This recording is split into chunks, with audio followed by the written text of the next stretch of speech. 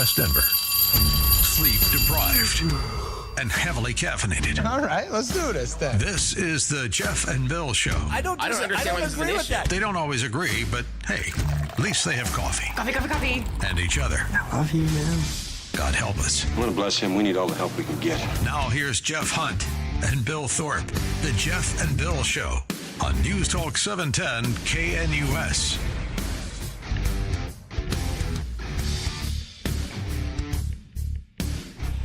Well, it's 9 a.m. in the Mile High City on the Monday, June 30th, 2025. Bill and I are laughing because we were wondering what Fox is covering right now. Yeah. Officers use cracker to lure escaped pig. That's what they led with this hour. Captivity at 9 o'clock hour. Yeah, this is 9 o'clock hour on a Monday. So we're getting out to the really big in topics. late June. Yes. Oh, my gosh. That's great. It's just chaos. And Yeah, we'll it is. add to it in the 9 o'clock hour. Billy and I are going to talk about all these great Supreme Court decisions that came out on Friday. Do you feel freer? You should, because thank God for some good conservatives on the Supreme Court allowing you to have a little bit more control over what your kids are learning in schools, to allow states to prevent kids from accessing pornography. Why that wasn't 9-0 is shocking to me. And then, yes, a district judge could no longer implement a nationwide injunction, like they were just throwing them out like Skittles against Donald Trump during the last few months. Things are changing, and you have the Supreme Court to thank. We'll get into that and more this hour. Now it's time for News and Comment with Blake Olson. Blake Olson. Blake Olson, News and Comment.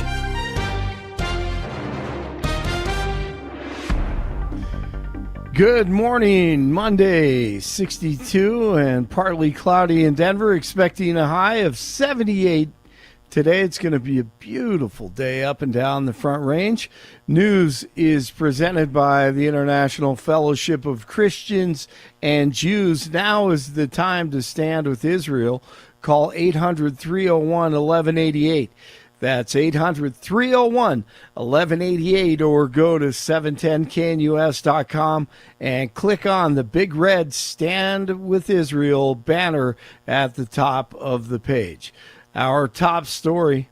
No, it has to pass the Senate, then it goes back to the House, and the House can't make any changes to the legislation. And there have been major changes that have been made on the Senate side, and we'll see if those changes satisfy House Republicans, some of whom don't like that this bill got exceedingly larger on the Senate side. It's now a $4 trillion plus piece of legislation. John Decker on with Jeff and Billy earlier this morning. A votorama on 47's big, beautiful bill is happening in the Senate. It remains to be seen if Republicans have enough votes to get the tax and spending bill on DJT's desk by their self-imposed July 4th deadline. And the president on Fox News Channel over the weekend. I don't know. I mean, I can't tell you that. I hate to say yes. I'd like to say yes, but the problem is if we're 2 days late or 5 days late, everybody says, oh, he had a tremendous failure. Whatever it is, as long as we have it. It's very important. If we don't have it, there's a 68% tax increase. If we don't have it, the debt ceiling extension is very important. They gave a debt ceiling, the Republicans gave a debt ceiling because of the importance of doing it. They did that for the good of the country, and Republicans voted for that. They did a big favor. I don't know that I would have done it, to be honest with you, but whatever. They did a favor. Now the Democrats won't do that favor back. Coeur d'Alene, Idaho. And at approximately 2 p.m. this afternoon, it was reported that firefighters were receiving shots fired at them. We now have 2 deaths. 2 Idaho firefighters are dead and a third is injured after being ambushed while responding to a brush fire. Nearly 300 police officers descended on the area and exchanged gunfire with the suspect. They were able to locate the shooter's cell phone signal, which led them to a deceased man with a gun nearby. Richard Holtorf wants to be the vice chair of the Colorado Republican Party, and Holtorf was on with Jeff and Billy last hour.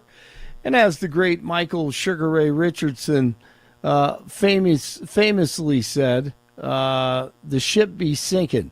That's what Holtorf said about the Republican Party in Colorado, and he wants to bring it back with teamwork, which makes the dream work, with Britta Horn leading.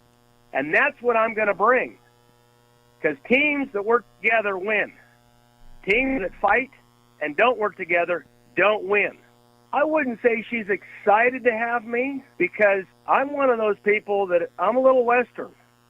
I'm a maverick. And I'm on a run, and I'll work with anybody to accomplish the mission. And what is the mission of the state GOP, Colorado? It is to elect Republicans to statewide offices in the state House and the state Senate. Remember, that is the primary mission. It is the most important mission. And if we don't focus on that, then we continue to lose. Holtorf says Britta is working hard to bring all Republicans together. After almost 2 months of some of the filthiest stories ever told in a courtroom, the Sean Combs, a.k.a. Diddy, trial is coming to an end. Rory O'Neill had an update for Jeff and Billy. Jury deliberations finally start today. There are 5 federal charges against Diddy, including racketeering, transportation over state lines for the purposes of prostitution, conspiracy in there as well. So a lot for the jury to process here as they work through the evidence they've heard over these past 7 weeks. You know, the defense didn't put on much of a case. They cross-examined and questioned the prosecution witnesses, but they did not call any witnesses of their own and relied on their closing argument that was delivered on Friday. So let's see what the jury does here. 4th of July travel starting to heat up. AAA predicting over 72 million people will venture at least 50 miles from home over the Independence Day holiday. That's an additional 1.3 million road travelers compared to 2024. Blake, this is the new Wagon Queen family truckster. This is a damn fine automobile. If you want my honest opinion, beats the hell out of the sports wagon, but I want to make you happy, huh? Sorry, Jeff, we have to play that every year during this time. I love it. Something I found really interesting over the weekend is like nobody was on 285 going into the mountains. No kidding. No traffic. Normally that backs up both Saturday morning and Saturday evening. It's people. Nothing. Wow, nothing that's great going up for there. you. Well, yeah, it was. It makes me concerned about maybe tourism into that part of the state, whether or not people are visiting. Yeah. But that's interesting because I saw like hundreds of out-of-state plates, did you? Northern Colorado, yeah. Oh, I mean, okay. just all over, and big, huge campers everywhere, a lot of boats, out-of-state license plates. So that's funny you mentioned that. Maybe they're just not heading out to that part of the state. Like you said, that's good for you, though. Great for you. Right. Wimbledon is underway in London. That's a great time of year. I love that. I love seeing Wimbledon because, Independence Day and all the grilling is going on. So we're at the best time of year. Brewers down to their last out here. Tying run at second. Here's Caleb Durbin. This ball in the air to left. Playable out there for Beck, and the Rockies have won it. Tyler Kinley nails it down. The Rockies in 11 shock the Brewers 4-3. And they take on the Astros tomorrow night at Coors. So a win for the Rockies. I was laughing.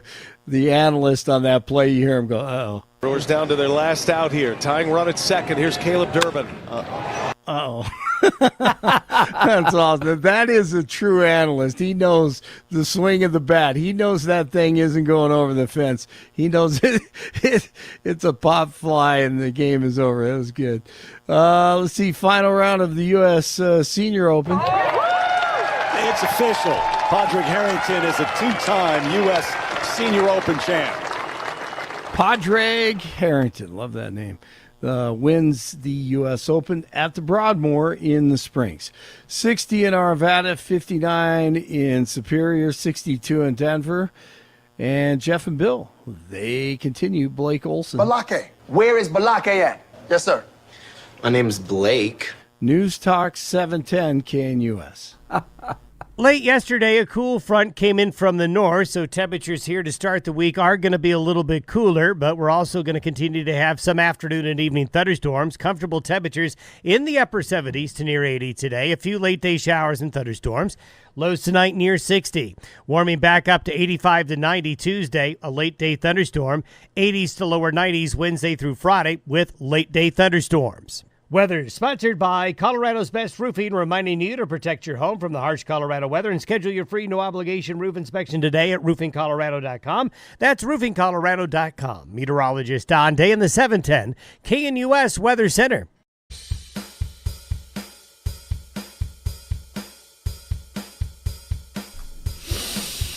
Can you breathe in the freedom provided to you by the U.S. Supreme Court? Well, I hope you can, because 3 big rulings. By the way, my wife called not only those rulings, but who authored them perfectly the other day when we had her on to try to provide some analysis on the Planned Parenthood Supreme Court decision, which was a lot more complicated. But big 3 wins on Friday.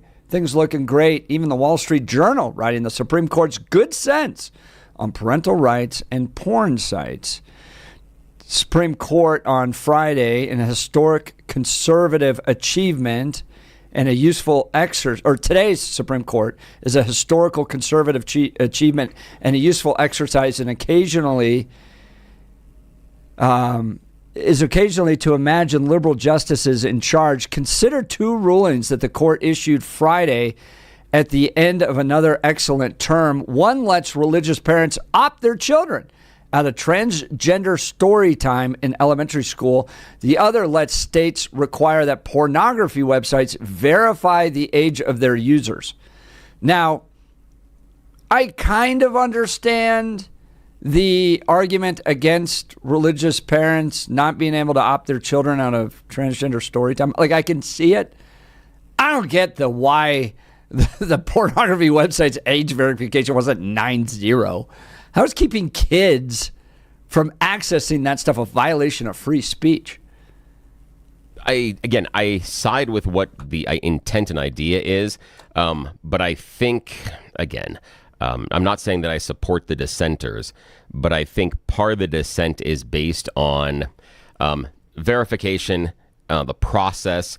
Does this prevent what you're looking for? Why couldn't I just use somebody else's age verification or ID in order to access the porn? Couldn't I just go get dad or mom's ID and do that as well? So is this necessarily that much of a barrier? And I think the other one is, and if I had to guess, I didn't read the dissent, so I don't know. I would have to guess on how and where you're going to store this vital information, because this would be personal identifiable information that may or may not include social security numbers. It could include partials. It could just be the last 4 digits of a social security number. But if I am a hacker in another country, I am going to target that database. I'm going to try as hard as I can to get in there. Do you remember when they got what was that website where you could get to cheat? The cheating. They got a whole bunch in there. I want to say Mother Jones, but that's an actual news website. Mother Jones is the super libs. I don't remember what it is, but but they hacked into weird. it. It was something. It was like somebody's name. Yeah, it was. I have no idea. It was someone's name. It was. And you remember then there was a database you could put people's names into to see if they signed up for it? See if they signed up for it. So that's what I think the problem is they're looking at the idea that this information can or could be exploited or exposed. Outside of that, I don't see any real issue, because if you're going to make products or information that is not permissible for those under 18 available online, there does need to be some sort of a check. Yeah. So that has to be, and I don't care if it's porn or whatever the hell it is. Don't care. Well, if you're ordering liquor, that becomes doesn't the matter. point. Yeah. The Wall Street Journal writing the second case, which upheld Texas's law requiring porn sites to use reasonable age verification methods to screen out minors. It was initially challenged on the theory that it infringes on the First Amendment rights of adult Texans, because asking them to transmit identification information over the internet involves privacy and security risks. May I just remind you that unlike Griswold v. Connecticut and Planned Parenthood, there is no right to privacy in the Constitution. It's not listed there. But Texas requires age checks to buy a lottery ticket, get a tattoo, or obtain a handgun license. Justice Clarence Thomas wrote in the decision, neither obscenity nor the internet is different. No person, adult, or child has a First Amendment right to access speech that is obscene to minors without first submitting proof of age. So you have no constitutional protected right. Justice Thomas says the Texas law has incidental burdens on adults, but it readily survives intermediate judicial scrutiny. Justice Elena Kagan, writing for the liberals, says that the Texas statute is really a direct speech regulation, so the test ought to be strict scrutiny, but then declines to guess whether the law would pass that higher standard. Justice Thomas replies that in her view, it would jeopardize even long-standing rules about showing ID at a physical store. Here's all Justice Kagan will venture. Carefully drawn age verification laws stand a real chance of surviving. What a comfort to the parents of every teenager with a smartphone. For the record, Justice Thomas says 21 states have passed similar statutes. The vote in Texas passed 164 to 1. All right, let's go to the phone lines. What do you guys think of these Supreme Court decisions? And then we'll get into the one as well that's on the table, which has to do with nationwide injunctions coming from district courts. Now, this was one that the Wall Street Journal also wrote about over the weekend, reminding us when liberals hated national injunctions, just not that long ago, like a year ago. So This is one of those both sides. And the decision just pointing out that Congress had not provided this power to a local district court. That's all. So if they wanted to, they could just pass a law to do it. Let's go to Artis in Aurora. Good morning, Artis. You're on with Jeff and Bill. Morning. Well, good morning, guys. It just occurs to me now, I'm old. I graduated from high school in 1970. But when we had health class, the girls and boys are separated. The girls learned about getting your period. I have no clue what the boys learned because nobody discussed it. But if, we've got seniors in high school that can't pass those final exams. So why don't we teach math, English, history, sociology, whatever, so they can pass those tests and not teach grade schoolers they can be a different sex? Well, here's the problem. It's the idea being, Artists, that and again, we're talking about the idea of parents and parents based on their religious affiliations or beliefs being able to opt kids out of the classes. Now, I understand your issue about why do we have to teach the kids some of these sociological things. I'm going to tell you this, that almost uniformly, what teachers will tell you is that the students that arrive at school are woefully underprepared. And that's not just talking about math and science. It's talking about interpersonal relationships. That there are students that show up to school that don't understand that if I want the crayon you're working with, I can't come over, push you off your chair, take the crayon, and then laugh at you. They don't understand that personal interaction. And so some of these things, and I'm not talking about the LGBTQ, but I'm saying some of the programs that are in schools right now that we're mad about are because some of your children are monsters. And you're doing a horrible job parenting, just universally. So I think that's part of it. But let's go back to the idea of just treating, going after the reading, writing, and arithmetic. What do I do, Artists, if I'm and Jeff and I talked about this before the show, if I'm a New Earth creationist? Do I now get to opt my child out of both world history and biology? Do I get to do that? Sciences, we can opt out of sciences. Now let's say that I'm a really, really super fundamentalist on the Christian side of things, but I disagree with the Islamic religion. A lot of the math started in the Islamic community and the Arabic community. So do I now, because I disagree with that religion, I think it's a religion of hate, I don't want my kids being taught anything that came out of that religion, I now need to opt them out of math. The other thing is, in my religious community, we believe in sharing information. So my kids should not, and the other thing is that that work is work time and the other time is for private time and worship time. So because of that, my kids should not be given any sort of take-home assignments or homework. And in addition to that, we are a sharing community that believes that we need to share knowledge. So the idea of having my kid take a test alone, no, can't do that. It either needs to be a team test or he needs to be able to open his book and or have access to a computer. But that's all based on my family's religious beliefs. Do I now get to opt my kid out of biology, out of math, and any other test gets to be a group test or an open note, specifically based on my religion? What's your idea about that, Artis? Well, I have been a Christian as long as I know, by age 5. And we didn't mix our religious beliefs necessarily with learning how to add 2 plus 2 or what happened in World War I and World War II. I think we have and I think our main problem is all the teachers today went through the 60s and 70s where America went berserko on a lot of different items. And so we've got them wanting to teach all of what they accept and learned. When kids can't pass the tests they need to go on to college, we need to change the curriculum. Well, Artis, it's a great point because right now, in the city of Denver, for instance, 8th graders, 80% of them are not performing at math.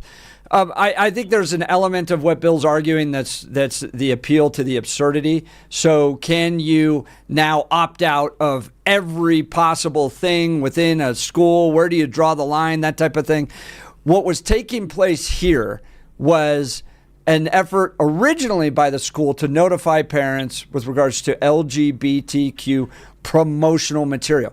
This wasn't, and this is what was partially litigated. This wasn't just informative. This wasn't just, oh, by the way, there's gay people in the world. It was promotional, and it was put upon kids. And then the school withdrew any effort to notify the parents to give them the option to opt out of it.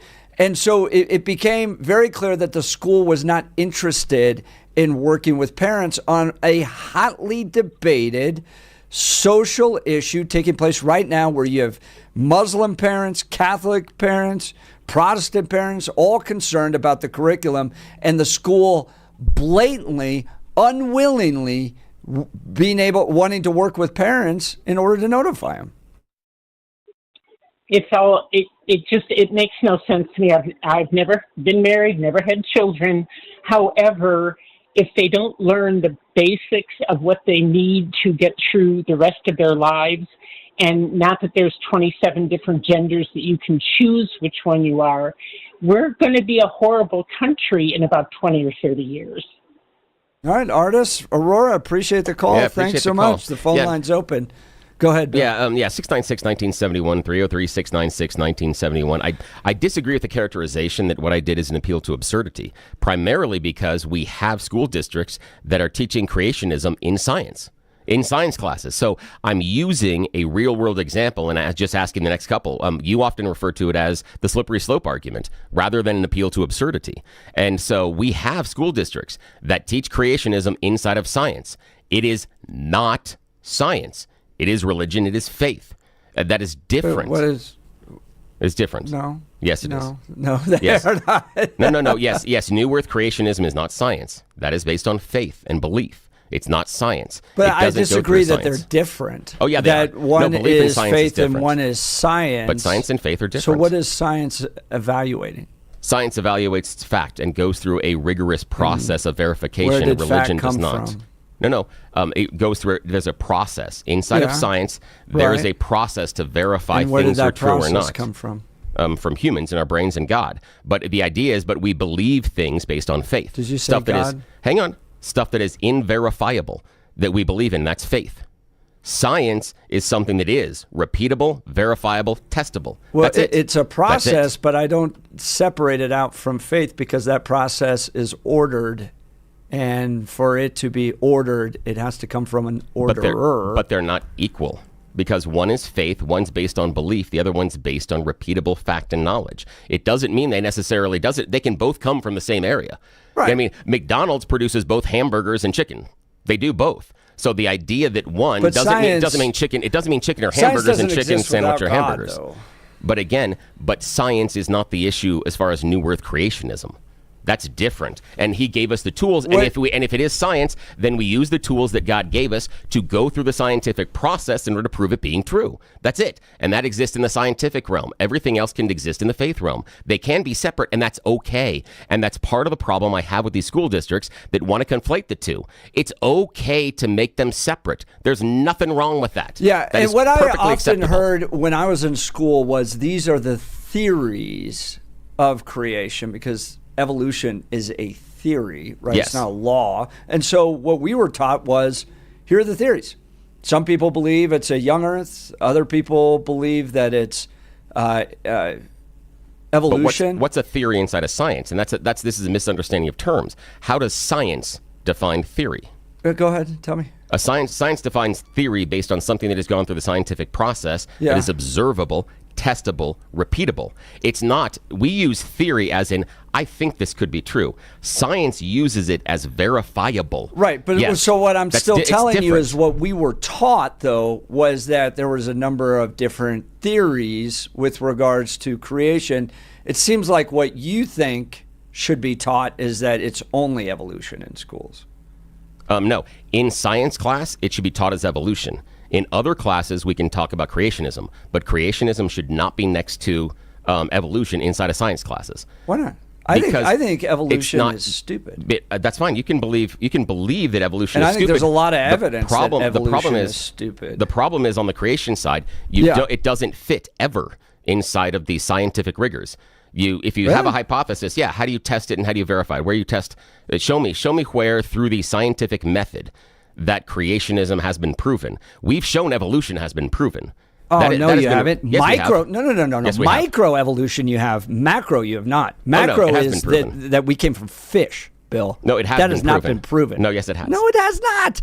Yes. No, the theory of common ancestors. You have yes, micro evolution, which means it changes within species. We have entire species we can go backwards. We have entire species we can go back through the fossil record. We have entire species that exist. Evolution is a fact. It's verifiable. No, it is not. It's testable. Yes, it is. No, microevolution is. No. Macroevolution. Macro's You have been big proven. gaps, Bill. Macro has been big proven. gaps, and you know that. Not universally. We have species that we can trace all the way back. There are gaps in some areas, but it doesn't mean that because we have gaps in some species and we don't have them in others, that it doesn't your Catholic exist. faith reconciled with that.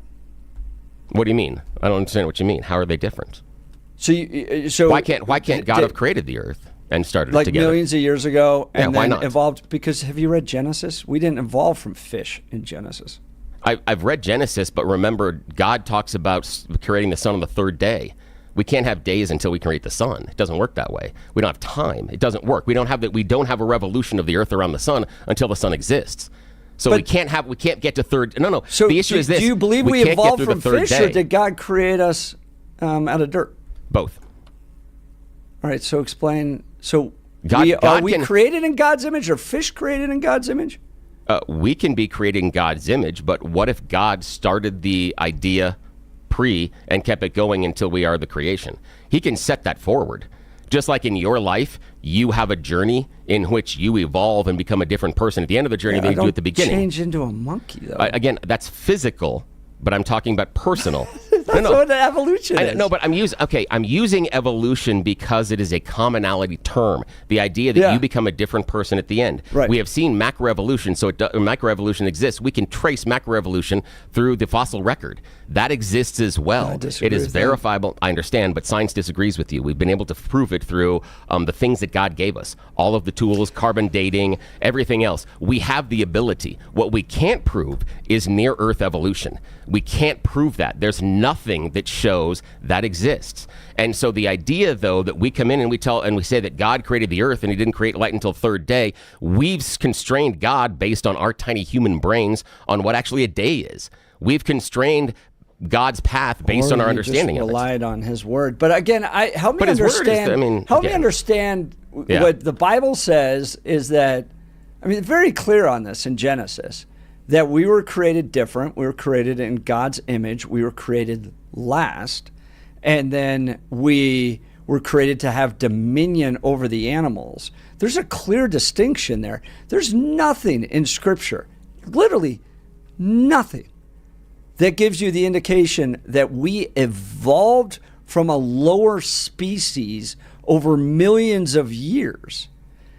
And then Christ himself died to save us from the sins when we're just higher evolved beings. There's nothing. So that's where I go back to the question, how do you reconcile Catholic teaching, which isn't anywhere near what you just advanced with regards to evolution? I understand that, but let's go back to who wrote the Bible and who God was speaking to at that point.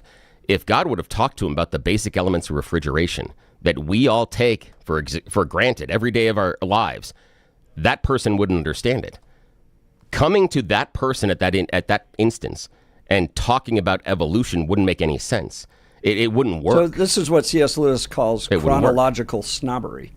That No, somehow not necessarily. we are more enlightened at this point and then look back on the previous generations and go, well, they were clearly idiots. Oh, no, not at all. I disagree with that. I disagree with that because what I'm talking about is that at that point, it's not that they were idiots. They don't have the context or the relationship to understand what was going on. That's it. They just didn't have the ability or the context because they can't fathom where we are now. That's okay. We could have someone that comes here from thousands of years in the future and say X, Y, and Z happened. But we can't even imagine let's get to that some fundamentals because here. of where we are. At Does God some point, people couldn't create imagine us traveling faster or do we than evolve? humans. Does God create humans or do they evolve? Yes. Yes. They're both true.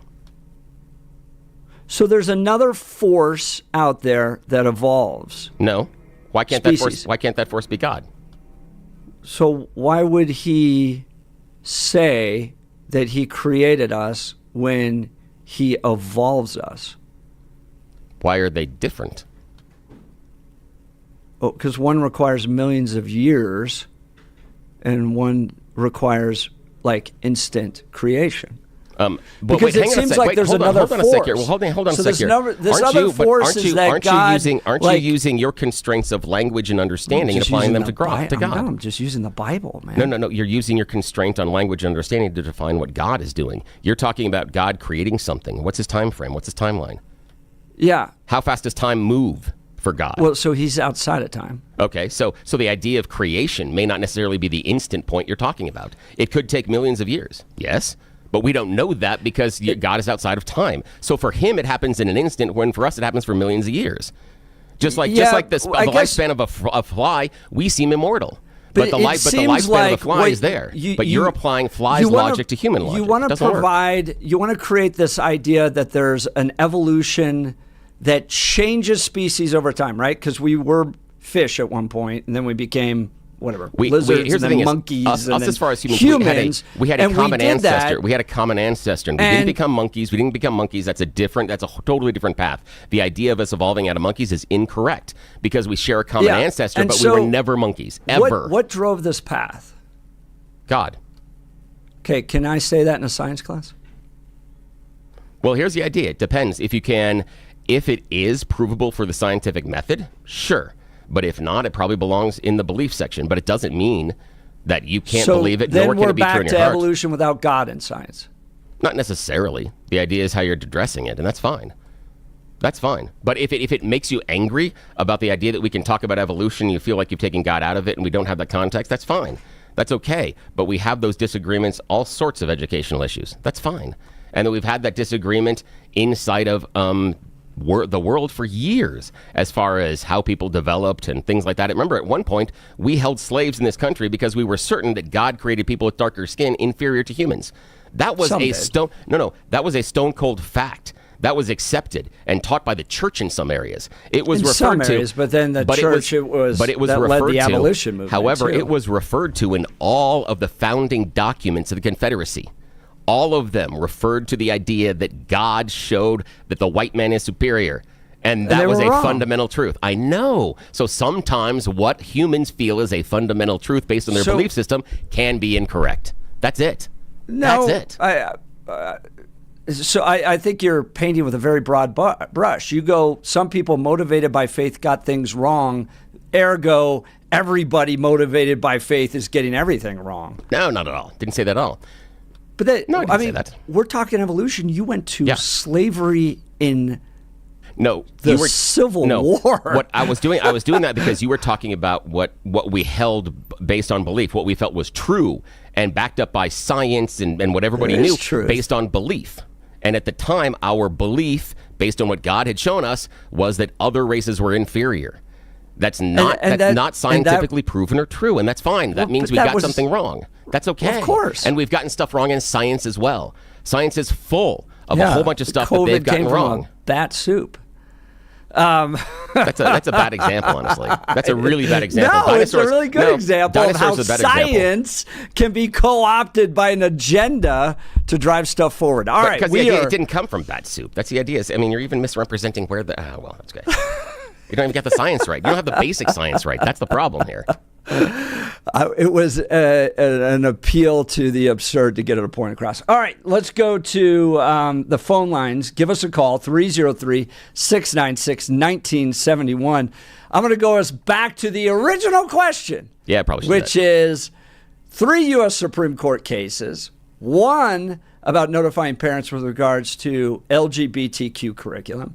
Number 2 about age verification and pornography. And number 3, about reducing the power of district court judges to implement nationwide injunctions. In my mind, all 3 bring about a better America. They're limiting the power of government, which is good, and are protecting families, which is great. So I'm thrilled and proud of the U.S. Supreme Court. What do you think? Give us a call, 303-696-1971. Text us on the Dan Caplis Law text line at 720-819-5115. You're listening to a spicy 9 o'clock hour of the Jeff and Bill Show. This is Denver's Talk Leader, News Talk 710 KNUS.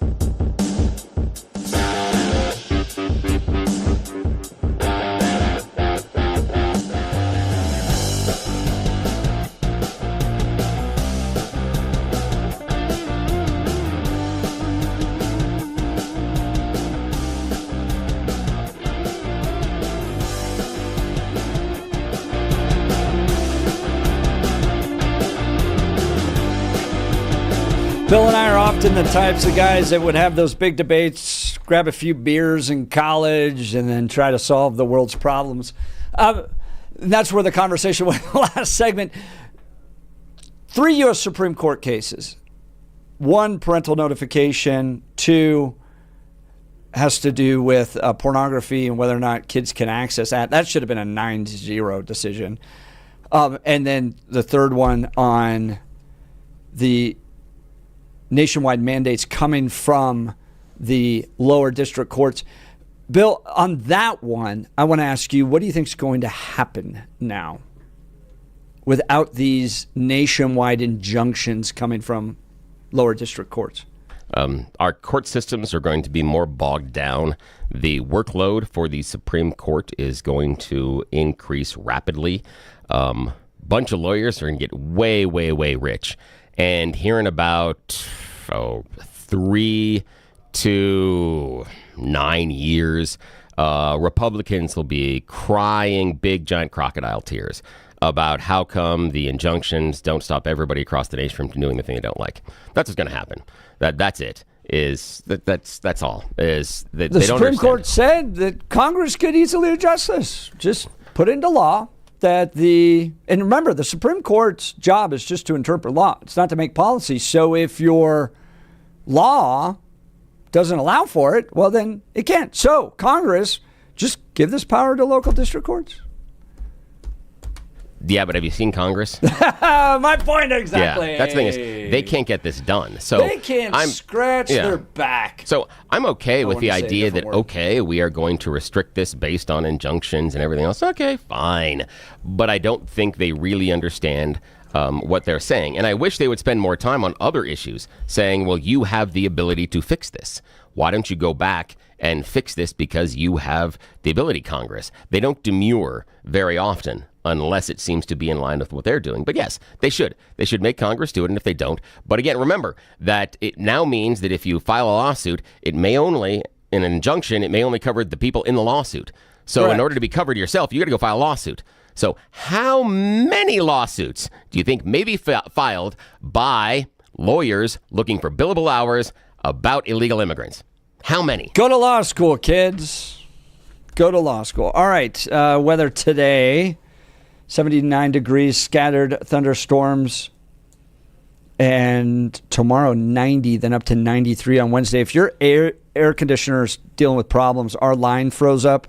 And then we just ended up with an old system.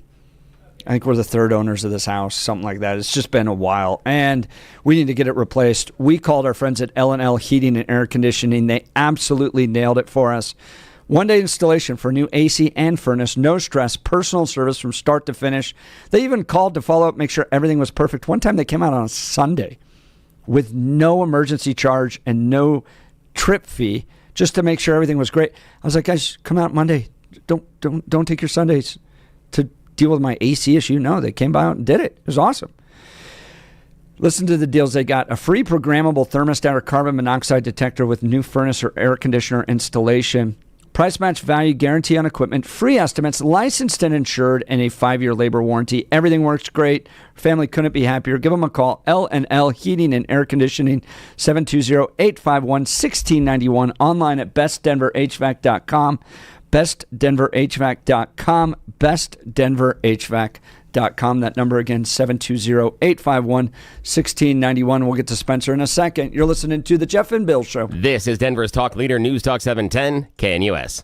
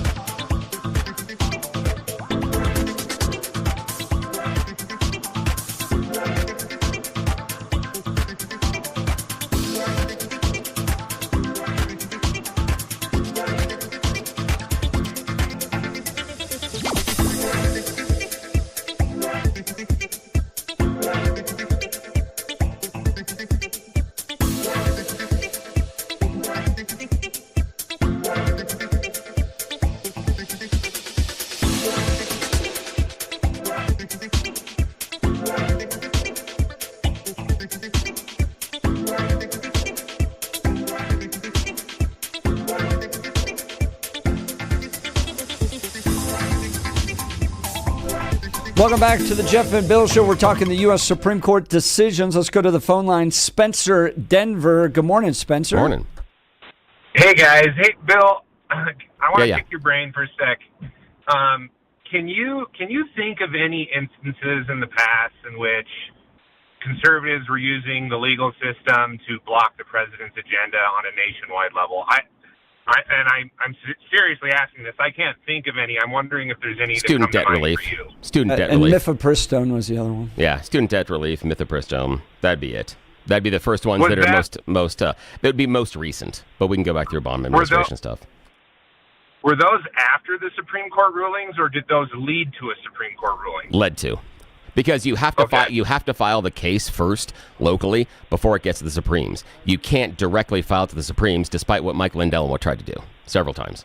But there is a difference on the sheer number of injunctions, and the Democrats making the argument, well, Trump's just making unconstitutional executive orders. That's why there's so many injunctions. He has issued more executive orders than anybody of his predecessors. So the math would tell you if he issues more, you have the opportunity for more injunctions. That's just how it works. If I go out there and I buy more shoes, I have more shoes available. That's just how it works. Oh, yeah, the Democrats are definitely using the courts. I guess, how does it become a nationwide injunction? There's two specific court cases that I know of. One was a gentleman in Mississippi who sued for his right to own fully automatic machine guns. And the other one was a court case only for gun owners of America and the rare breed forced reset trigger. Those court cases, they gave relief to both plaintiffs in that case, but they didn't make it nationwide injunctions. It was only specific to those. So I guess, what gives them the right to make it a nationwide injunction and not a nationwide injunction? There are a couple of things that I believe have to be satisfied, but someone has to do sometimes with a court that's argued. But someone like George Brockler would give us a much better. What I'm hesitating for is I have some ideas that I believe are true inside my head, but I'm not certain I have everything buttoned up. And lawyers are really particular about making sure that I dot the i's and cross the t's. Someone turn on the Brockler bat sign. Yeah, we need the Brockler bat sign. Unfortunately, our closed machine is just hit because he will give us exactly. Because what will happen is whatever I tell you, Spencer, George is going to come back and say, well, Billy was wrong about this, this, and this, and I will be wrong about that. So I just don't know the facts, but we'll bring it to you tomorrow if we can. If you missed any of the show, go to 710knus.com to download the podcast. It was a scorcher, including having Richard Holtorf on. A lot of fun. Thank you. For everyone who listened, you're listening to The Jeff and Bill Show. We are Denver's talk leader, KNUS. Enjoy your Monday.